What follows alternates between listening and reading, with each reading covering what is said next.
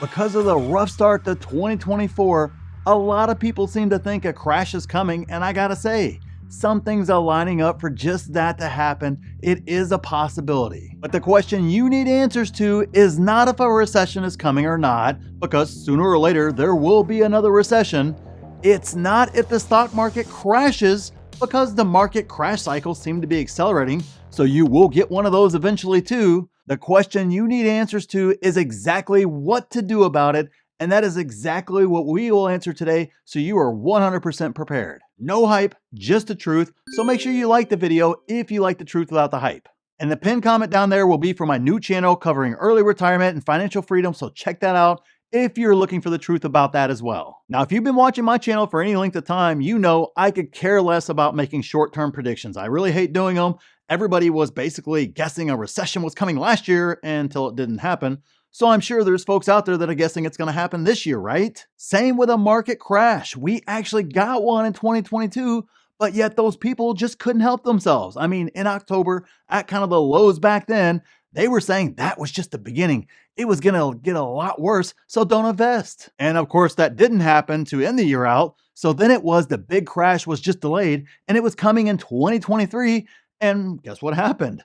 The exact opposite of a crash happened instead, and the market rallied big, and many of you guys out there completely ignored them, and you made 50%, 70%, 100+% gains in your portfolio in just 2023. That's a heck of a crash if I've ever heard of one. I mean, I want to crash like that every year. And just for more context, the same narrative happened in 2009 after that crash. The same thing happened in 2020 after the whole world shutdown happened and you had that crash. So this isn't something new. They like to pull this card out all the time. And if you listened, you missed out on an absolute fortune in 2022 if you were worried about a recession or a crash getting worse, instead of just buying Meta in the 80s and Google in the 80s and Amazon in the 80s and Tesla at 100 and Palantir in the 5s, Nvidia in the 100s, and on and on and on all the great stocks that you guys hopefully gobbled up. Basically, you got 60% to over 400% moves up in incredible companies. I mean, best of the best. And those are penny stock gains in the best companies in the world.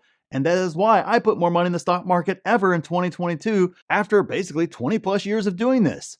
I knew those stocks at those prices were once in a lifetime type of deals, and so did a lot of you guys out there too. You guys were thinking the same exact thing. And you guys also know, all of us here, we weren't concerned or trying to guess where the bottom of the crash will be, or if we'll have a recession or not. We were concerned with valuations and executing our plans and controlling what we control instead of just blindly guessing or listening to other, smart folks who are honestly just guessing too. Just because you use big words and throw up lots of pretty charts and graphs doesn't negate the fact that everyone is just guessing.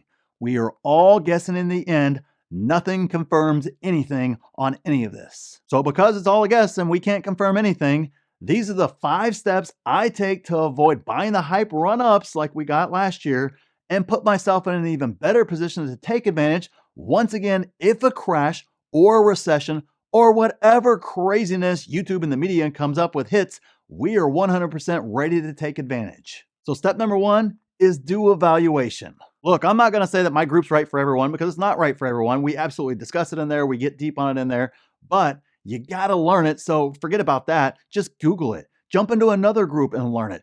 Throw it right here into YouTube and figure it out. You have to learn about valuation or else you're always going to be behind when it comes to investing because you won't know, is it overvalued or is it undervalued, because you have absolutely no clue what the actual fair value is for the stock. So you will get caught up in hype runs, and you'll also get, basically panic selling whenever you have those big dips, whenever they come in a crash scenario. So make sure you do evaluations so that way you can identify exactly when those scenarios happen with your individual stocks. Step number 2 is plan out every move you make.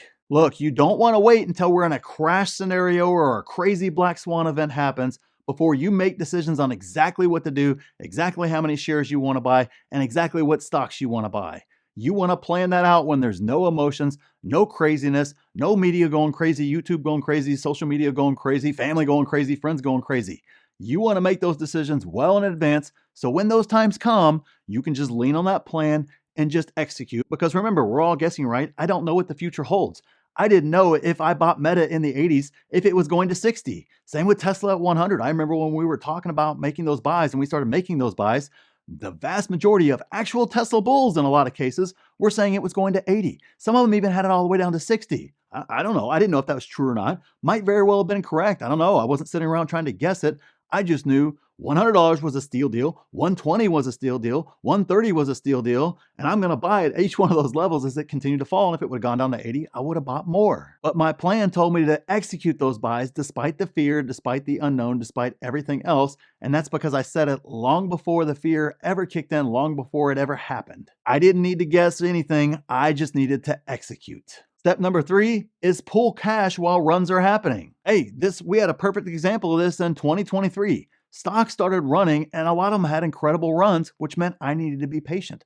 I needed to just step back and pull cash. And so do a lot of you guys right now. We had that great run there at the end of the year. That wasn't time to FOMO into those stocks. That was time to sit back, relax, start stacking your cash. And then as Wall Street started taking their profits and playing Wall Street games right here at the beginning of the year, a lot of those stocks have fallen a pretty significant amount here in the first few trading days of the year, where you can pick them up at much better prices than you could have if you would have bought those FOMO rallies that kind of happened there at the end of the year. So when big runs start to happen, you don't want to FOMO in. Use those times to start pooling that cash. Because when you pull that cash, that means that money's available whenever the dip buys happen, which means you can buy more than you could have if you would have bought the FOMO runs up. Step number 4 is work on your money loops. Look, regardless of whether you feel like you need to or not, you make a lot of money or not, it's not necessarily relevant. We all wish we had more cash in order to invest, especially when bad times happen.